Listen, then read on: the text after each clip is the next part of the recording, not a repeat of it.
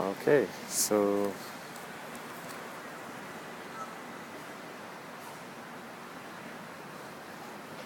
welcome.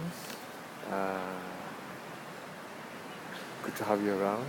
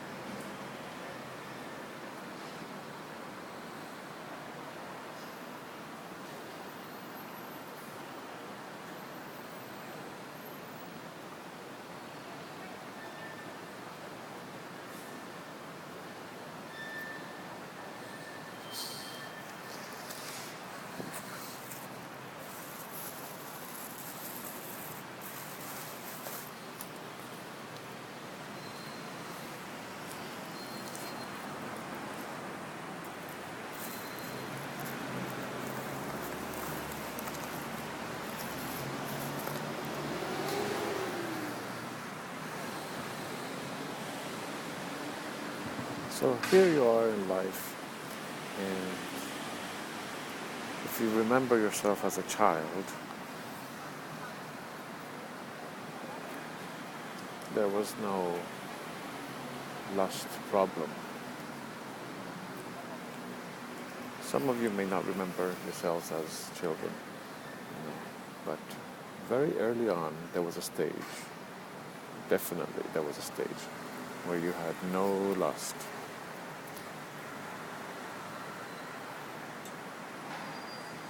This is going to be a positive video, not wishful thinking positive, but genuine positive.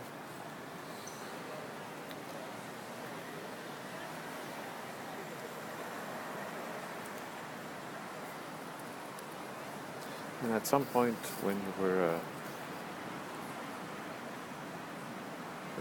mind was clear, you're playing around joyfully,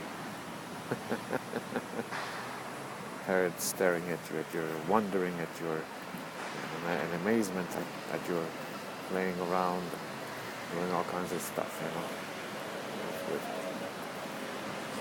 things, objects, and things, playing around very jovially, without any abandon.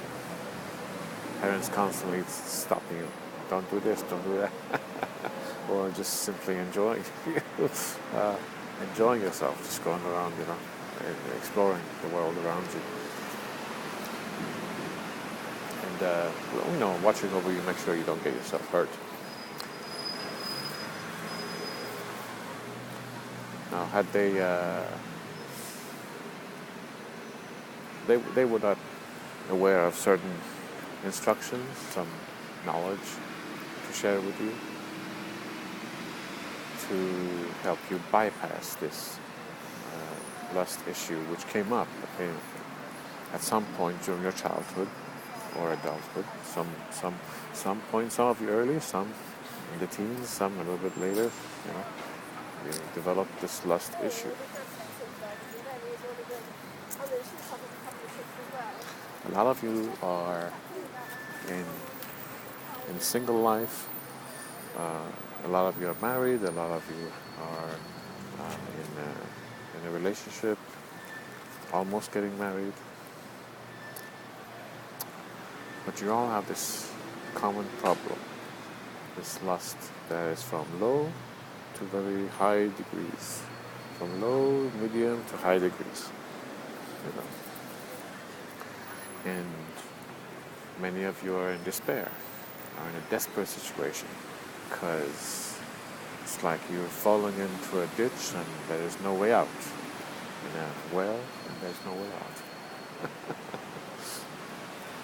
And you're being pulled this way and that way about people telling you there's a solution for this problem, and all you get is mumbo jumbo. Nothing practical, nothing really genuine, not a real genuine solution. Same with the books. a lot of books.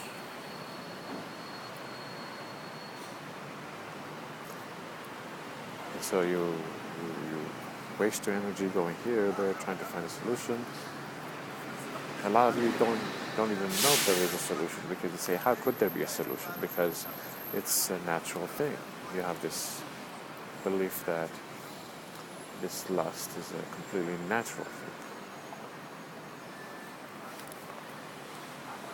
We will be discussing this a little bit later. So a lot of you are riddled with guilt. Riddled means you're just filled with guilt. It is bothering the heck out of you. It bothers your relationship with others, messes with your own relationship with yourself.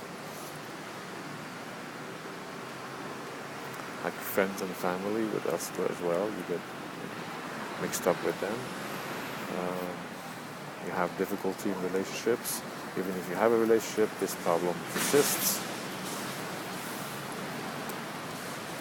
At times you feel really right. At times you feel really wrong. Either way, you're mixed up. You can't quite get your head around what the heck is going on. Because one minute you're like, this is right. Then you go, no, this is wrong.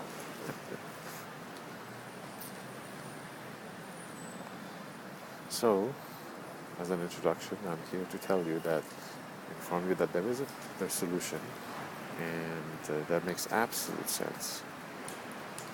Common sense makes absolute sense. So you can learn it, just like you learn how to tie your shoes. There is a science to it, there's a method. You will learn it, and you will learn it so thoroughly. You will learn it so thoroughly, just like you will learn how the inside of an engine works, or how to sew, or how to bake a cake, whatever job that you do, how to turn on a car, how to detangle a string.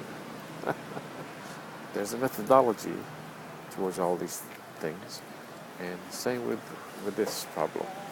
There is a method, and you'll become familiar with it, know it, practice getting free from it, and it's just a science, like any other science, and you'll become familiar with it and reap the benefits of thorough understanding and skillfully overcoming it, so that it's no longer a problem.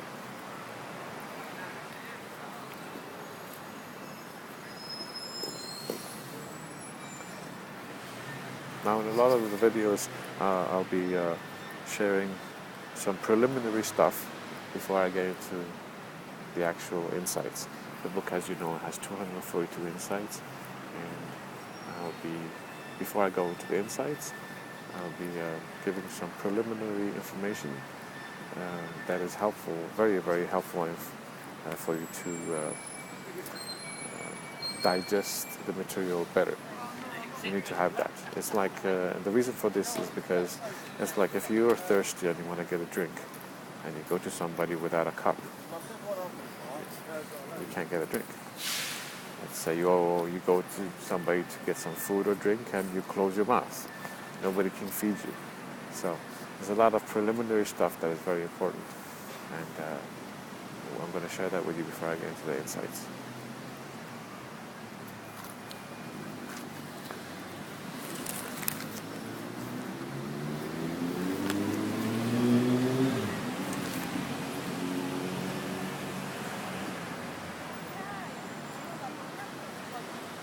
Okay, so the first preliminary thing that I want you to know is that admit that this is mentioned in the book, admit that you do not know whether the information that I have is true or not. You have to be honest, and you have to be honest 100%. A lot of you don't know what that means. I'll make a nice video on that, describing how, what do I mean by being 100% honest. But for now, just know that it's very important for you to be honest and admit to yourself that you don't know whether I have the solution or not. I know I have the solution, but you don't know. also admit to yourself that, hey, maybe I do. Maybe I don't. Maybe I have part of it. Maybe I have all of it. Maybe I have some interesting ideas. Maybe I'm just rubbish. So this honesty is very necessary for you to observe me, listen to me, with a mind that is open, aware, and just doesn't believe what I say. You're not a robot, and that is not going to help you in understanding the material.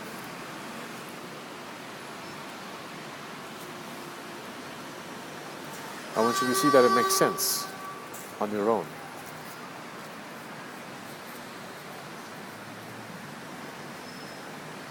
You will know it so thoroughly that you can describe it in your own language instead of just repeating the words that I'm using.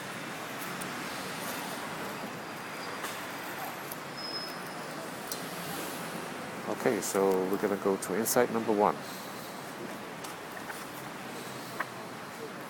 which is on page 67.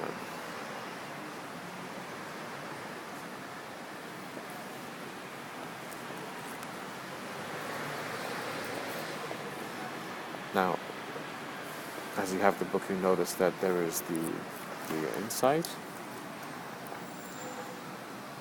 and then it's very short, compact, brief sentences or paragraphs, very compact.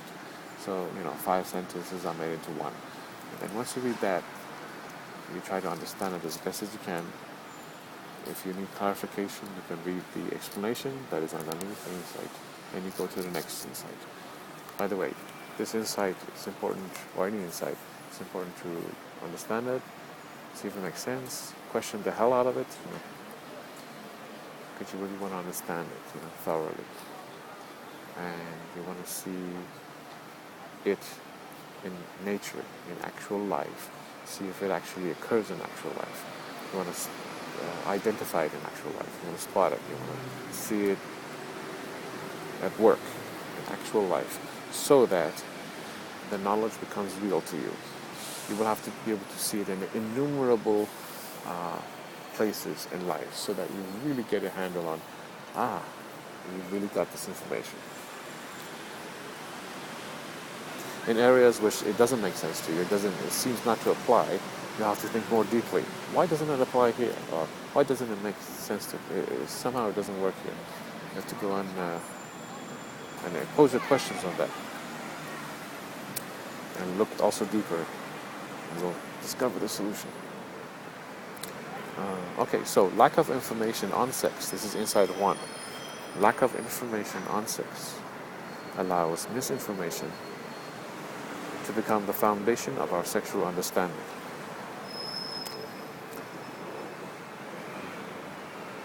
Lack of information on sex, yeah. So as kids, we're not told about sex. We're told nothing, or extremely little, or some wild story. Like the stork is bringing the babies. So because as kids we're totally uninformed, and we're naturally curious. We're curious about so many things in life. We question this, that, what is that, and why is that, Why is this, why is that, or whatever it is, we're curious about it. And we're not given information about sex. We're totally a blank on it. This leaves our minds open to misinformation. So misinformation we get exposed to from our friends. It could be family, it could be programs, magazines, videos, whatever is out there. We get misinformation. They're not only misinformation, they're highly manipulative. And what that information does, it becomes the foundation. It's the first information, makes a definite impression on our mind, and becomes the foundation of what we think sex is about.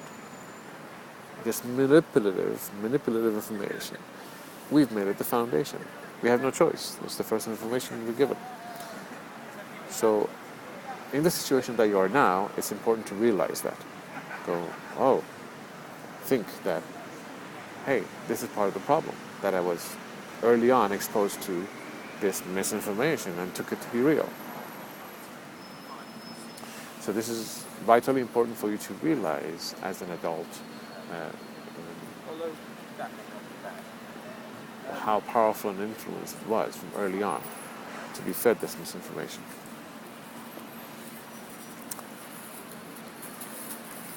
And it's just like when you have some deep-rooted problem and you're trying to fix it from above. It's important for you to realize how deep really is the root of the problem.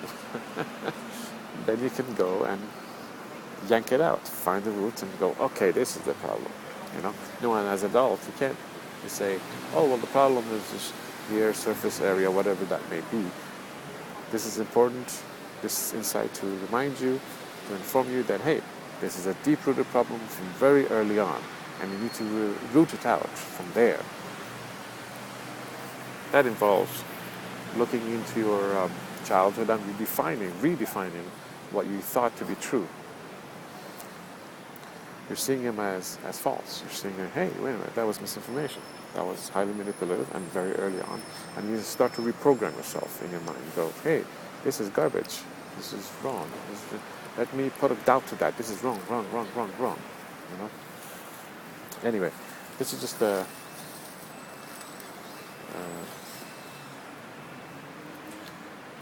light overview. All this stuff will be going into very, very detailed, very nicely. Gradual manner. Yes.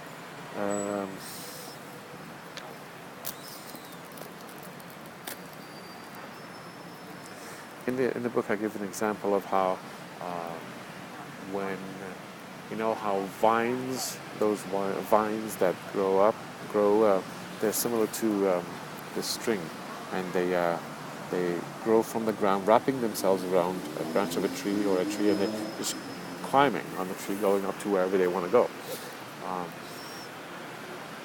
So they use the tree as a foundation, similar to how we are using this misinformation as a foundation of our understanding of sexuality. So this is the foundation, and everything else that we get, the first information becomes the foundation. Any other information that we get is placed on this foundation, adds more to this, and we build this grand image of what is sexuality about. They're based on this, it just adds up. And now, the example in the book that I give is that our understanding, because it's built on a faulty foundation, it's similar to the vine that is wrapping itself around a branch that has fallen off the tree. It's broken off the tree and it's fallen. Now, onto the floor, the vine is now wrapping itself around this broken, fallen branch, growing to a certain degree, but it cannot grow more. It cannot go further up. It reaches up, but there's nothing else. It's faulty. Faulty foundation. Now, another thing is the first or early information, right? The first or early information coupled with sexual gratification, meaning that's what we were exposed to, visually, audibly, whatever it was, and the sexual feelings at the same time, provides for the misinformation to take hold very strongly in the mind, that is. In other words, it makes a powerful impact. Now, since sexual gratification is undoubtedly felt, meaning experientially felt by the individual, it needs no validation, proof of its validation, for its validation. It doesn't need any proof of its existence. It exists, it's valid, it's true. That's the impression it gives to us, because what we feel sensually is so powerful and mentally so powerful. The whole experience is such a powerful experience that we say this is something true. Not only that, but also it gives the impression that whatever leads up to the sexual gratification and whatever they're engaged in, whatever leads up to that, such as a lifestyle, is also true, valid. It gives that impression. I'm not saying it's true. I'm saying it gives you that impression without saying it. That's the impression that it gives. I don't know. Huh? I mean, it resembles truth. As you know, people are less likely to give up their original impressions and information on any subject matter. Or cling to it. Including information on sex.